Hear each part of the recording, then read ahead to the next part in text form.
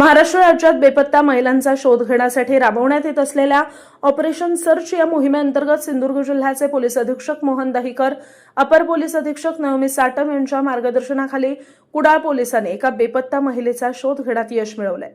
या प्रकरणात पोलिसांनी तत्परतेने तपास करत संबंधित महिलेला सुरक्षितरित्या शोधून पुढील आवश्यक कार्यवाही पूर्ण केली।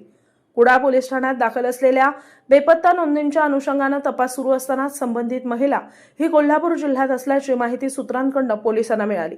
त्यानुसार एपीआय पाटील यांच्या सूचनांचं पालन करत पोलीस उपनिरीक्षक ममता जाधव आणि पोलीस अंमलदार संदीप वराडकर यांच्या पथकासह बिबवणे पोलीस पाटील आणि ग्रामस्थ तसंच पत्रकार पद्माकर वालावलकर यांच्या सहकार्याने तातडीने कोल्हापूरमधून संबंधित महिलेचा शोध घेण्यात आला। महिलेला सुरक्षितरित्या ताब्यात घेऊन कुडाळ पोलीस ठाण्यात आणण्यात आलं। त्यानंतर तिचे जबाब नोंदवण्यात आले। प्राथमिक चौकशीत महिलेनं ती स्वतःच्याच इच्छेनं घराबाहेर गेल्याचं सांगितलं। त्याचप्रमाणे तिच्या सुरक्षिततेची खात्री करून आवश्यक कायदेशीर कार्यवाही पूर्ण करण्यात आली। या प्रकरणामध्ये पोलिसांनी अत्यंत संवेदनशीलतेनं आणि गोपनीयतेचं भान राखून तपास केलाय। बेपत्ता व्यक्तींचा शोध घेण्यासाठी राज्यभर सुरू असलेल्या ऑपरेशन सर्च या मोहिमेअंतर्गत कुडाळ पोलिसांनी केलेल्या या कारवाईमुळे संबंधित महिलेचा सुरक्षित शोध लागला असून तिच्या कुटुंबियांना आता दिलासा मिळालाय।